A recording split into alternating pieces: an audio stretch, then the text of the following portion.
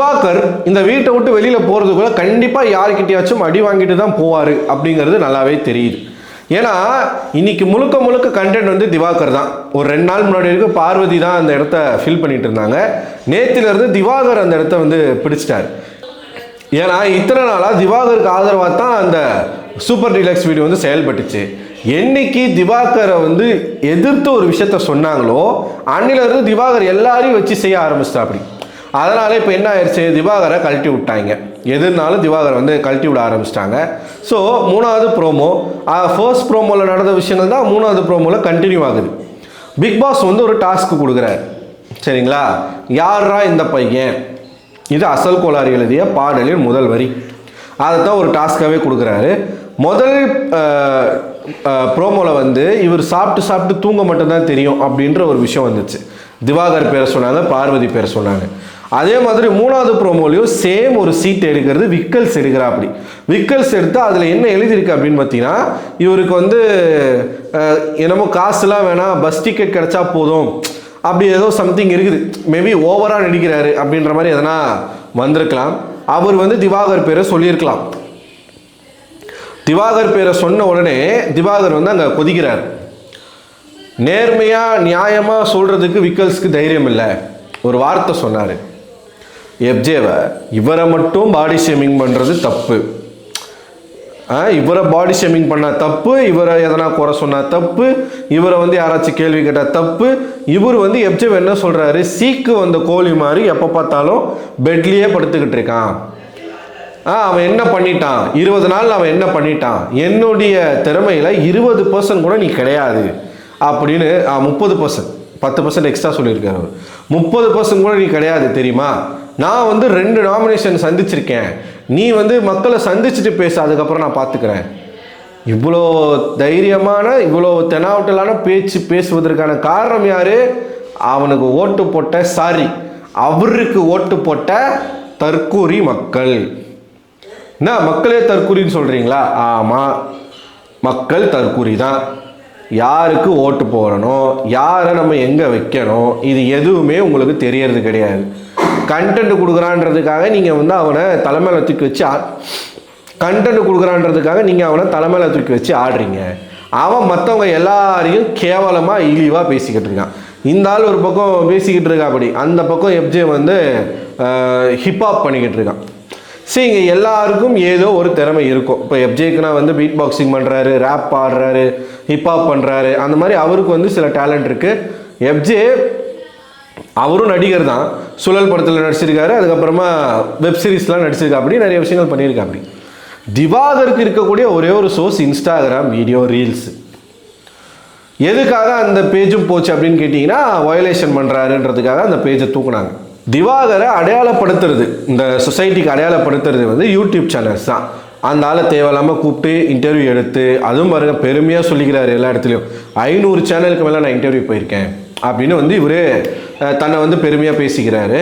ஆனால் 500 channel interview போயும் வந்து மெச்சூரிட்டியே இல்லாத ஒரு தற்கூரியாகத்தான் திவாகர் அவர்கள் தெரிகிறாங்க.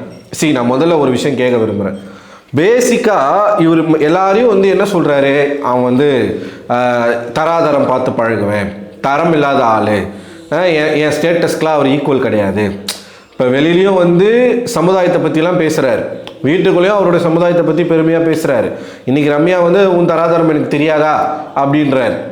அதே ரம்யா கிட்ட கொஞ்ச நாளுக்கு ஏன்டா முத்தம் கேட்டா அப்படின்னா நம்ம வீடியோவை ரிப்போர்ட் அடிக்கிறானுங்க, அது வேற கதை. இந்த மாதிரிலாம் இவர் பேசுவாராமா, இவரை மட்டும் எல்லாரும் வந்து கொஞ்சணுமா தாளாட்டணுமா, எனக்கு புரியலையே. ஏங்க படித்த டாக்டருன்றீங்க, உங்களை விட நான் உயர்ந்த படிப்பு படிச்சிருக்கேன், நான் எவ்வளோ பெரிய படிப்பு படிச்சிருக்கேன்னு மூச்சுக்கு 300 வாட்டி சொல்கிறான்.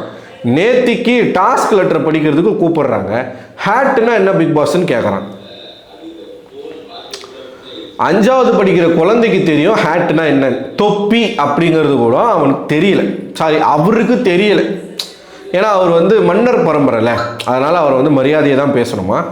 அவருக்கு தெரியலை, ஹேட்டுன்னா தெரியலை, டாக்டருன்றாரு, ஓசிடினா என்னன்னு தெரியலை, படிச்சிருக்கேன்றாரு, கன்வின்ஸ்க்கு வார்த்தை வரல, கன்வீனியன்ஸுன்றாரு. அந்த கன்வீனியன்ஸை யாரை பண்ணார் தெரியுமா, இதே தராதரம் இல்லாத ரம்யாவை தான். ரம்யா கூட சேர்ந்து வாக் பண்ணணும்னு சொல்லிட்டு கெஞ்சிரா, அப்படி காலில் உழுவுறா, அப்படி கையை பிடிக்காமல் எப்படிமா வாக் பண்ணுறது? ரம்யா கூட ஒரு வாட்டி நடந்துக்கிறேன், அரோரா வரும்போதும் கையை பிடிக்க வேணான்னு சொல்கிறாங்க. வினோத் வந்து கையை பிடிக்கக்கூடாது, டச் பண்ணாமல் நடங்கன்றாங்க. டச் பண்ணாமல் எப்படி நடக்கிறது? டச் பண்ணால் தானே திவாகருக்கு வந்து சுகமாக இருக்கும், அதுக்கு தானே வந்திருக்காரு. அதனால் டச் பண்ணி தான் அவர் நடப்பார். இதே ரம்யா பின்னாடி நாய் மாதிரி சுற்றுனதெல்லாம் மறந்துட்டார், இன்றைக்கி தராதரம் பற்றி பேசுகிறார். அதே மாதிரி தான் இப்போது ஒரு டாஸ்க் நடந்துச்சு, இந்த ஆளுக்கு விளையாடவும் தெரில, சும்மாடுறானா கேட்கவும் மாட்டுறா, அப்படி அந்த மாதிரி ஒரு கேரக்டரு.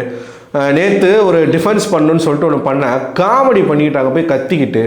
ஸோ இந்த டாஸ்க் இண்டிவிஜுவல் டாஸ்க்காக இருந்தாலும் அதனுடைய வெற்றி தோல்வி அப்படிங்கிறது வந்து ஒட்டுமொத்த டீமுக்குமே சேரும். தோத்தா அந்த டீமுக்கு தான் நஷ்டம், ஜெயிச்சா அந்த டீமுக்கு லாபம், அவங்களுக்கு சாப்பாடுலேருந்து எல்லாமே கிடைக்கும். ஸோ அப்போ ஒரு கேமுக்கு அனுப்பும் போது இவன் போனால் ஜெயிச்சிருவான் அப்படின்னு யார் இருக்காங்களோ அவங்கள தான் ஆப்வியஸாக அனுப்புவாங்க. நேற்றே திவாகருக்கு வாய்ப்பு கிடைச்சிருச்சு. இன்னைக்கு சாப்பிட்ற டாஸ்க்குன்னு திவாகர்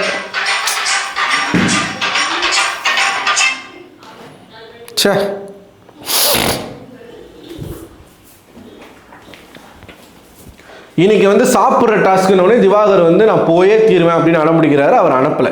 அங்கே ஆரம்பிச்சது தான் அந்த சண்டை.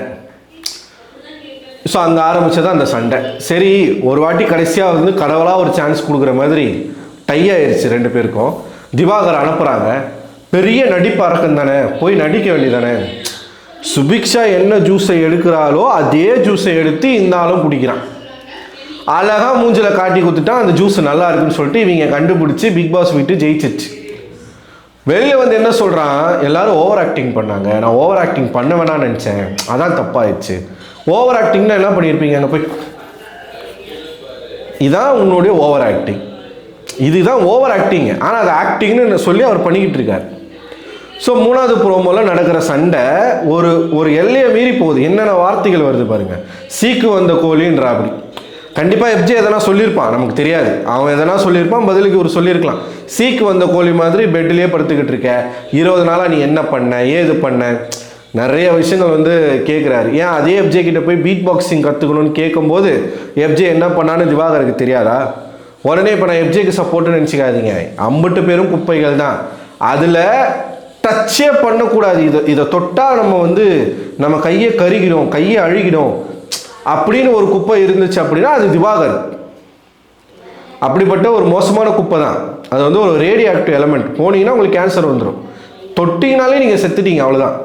அப்படிப்பட்ட ஒரு குப்பை. இதை வந்து நம்ம கன்சிடராகவே பண்ணக்கூடாது. திவாகரை பற்றி பேசாதீங்கன்னு சொல்கிறாங்க, ஆனால் ப்ரோமோவில் வரும்போது நம்மளால் அவாய்ட் பண்ண முடியாதுல்ல, பேசி தானே ஆகணும். ஸோ பேசுகிற பேச்சுக்கு நிச்சயமாக என்னைக்காச்சும் எங்கேயாச்சும் ஒரு இடத்துல வாங்குவார், அது வந்து கன்ஃபார்ம். இந்த வீடியோவில் யாரெல்லாம் திவாகரை பேசினா ட்ரிகர் ஆகுறீங்களோ தயவுசெய்து உங்கள்கிட்ட நான் வந்து சொல்லிக்கிறது ஒன்றே ஒன்று தான், மோதறதா இருந்தால் நேராக மோதுங்க. கமெண்ட் செக்ஷனுக்கு வா, பேசு, கமெண்ட் பண்ணு, நான் திரும்ப கமெண்ட் பண்ணுறேன், பேசிப்போம், ஓகேவா?